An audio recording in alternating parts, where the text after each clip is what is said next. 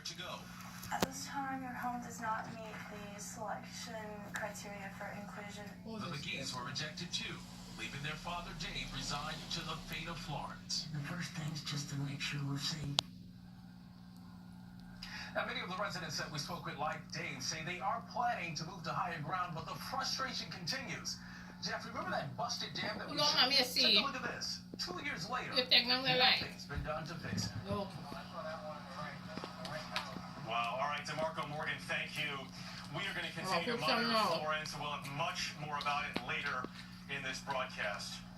YouTube. CBS News today fired Jeff Fager, the executive producer of 60 Minutes, who spent 36 years at the theater, now three of the most powerful men in broadcasting. Fager, CBS chairman and CEO Leslie Gomez, and CBS This Morning co-host Charlie Rose, all accused of sexual misconduct, have either been fired or resigned. Jerika Duncan has the latest on Fager, including his controversial text message. Jeff Fager, the executive producer of the oldest and most successful news magazine program in history, 60 Minutes, was fired from CBS News this afternoon. What are you doing? In its more than 50 years on air, only 2 people have led that broadcast. Fager succeeded the show's creator, Don Hewitt, in 2004. Fager also recently served as the chairman of the CBS News division. When we cover a story and report it on Sunday night and it has impact on Monday morning, that's what you hope for. Fager hired Charlie Rose for multiple roles at the network. In November, Rose was terminated. This July, 6 female former CBS employees told The New Yorker Fager would touch employees in ways that made them uncomfortable after drinking at office parties. 19 current and former employees told The New Yorker Fager allowed harassment in the division. Fager vehemently denied all of those claims. Fager continued to come to work. On Sunday, The New Yorker reported a new accuser said she felt compelled to speak because she simply can't believe Fager is back there. The article described her as a producer who was an intern at CBS in the early 2000s who said that he groped her at a work party. In response to that allegation, Fager told CBS News, "This is an outrageous claim, and it didn't happen. It is wrong." Fager's departure comes days after CBS chairman and CEO Leslie Gomez resigned following allegations of sexual assault and harassment. We caught up with CBS News president David Rhodes today after he briefed the 60 Minutes staff. Can't talk to you guys about...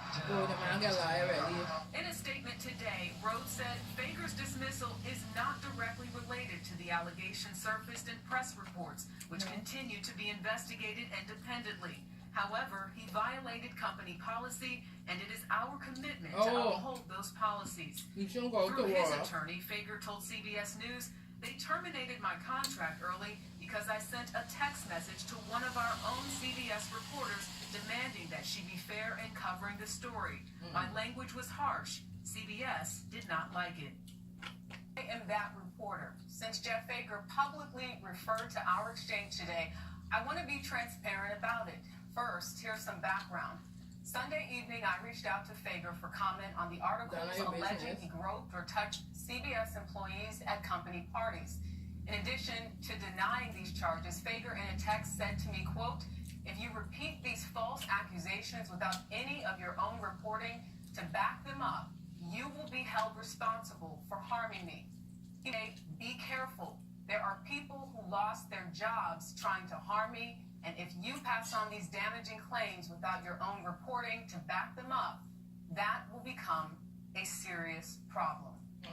Minutes will enter its 51st season under the leadership of executive editor Bill Owens, while the search for a new executive producer begins.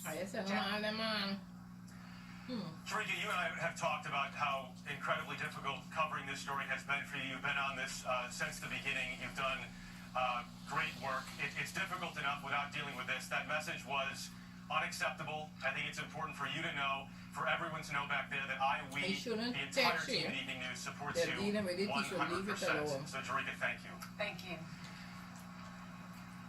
The FDA said today that vaping by teenagers has reached epidemic levels now on the government's plans to crack down on e-cigarettes. FDA Commissioner Scott Gottlieb is stepping up the pressure. By what it what I see as an epidemic of nicotine use among teenagers. The most popular product by far, the Juul e-cigarette. Since April, the FDA has been examining Juul's advertising.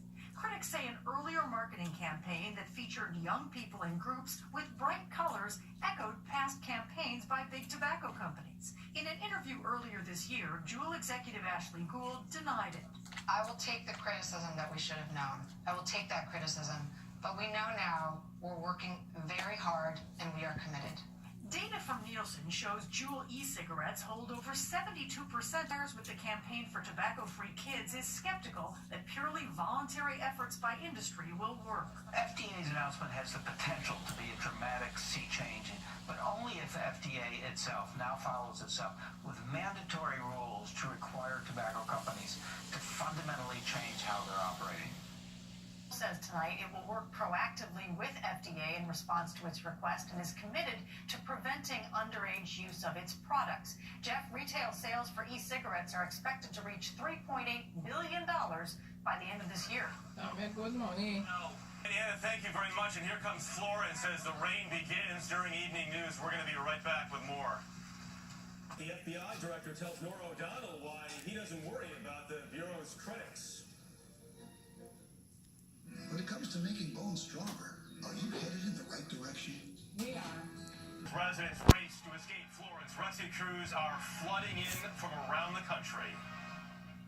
This portion of the CBS Evening News is sponsored by Publishers Clearinghouse.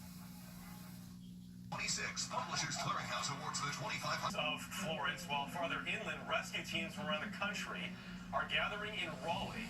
Elaine Quijano is there.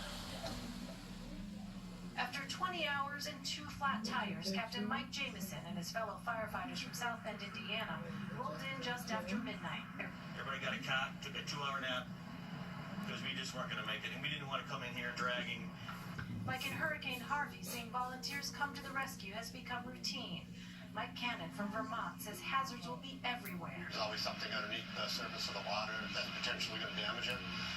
So we'd like to be able to stay operational. The call for personnel went out last week. Officials are expecting about 1,000 rescue personnel here at this one location in Raleigh alone. Also en route, 82 members of New York Task Force 1 who were on the road to rescue others as their city marked the anniversary of the 9/11 attacks. Now comes the part that can sometimes be the hardest, bracing for the unknown. Elaine Quijano, CBS News, Raleigh, North Carolina.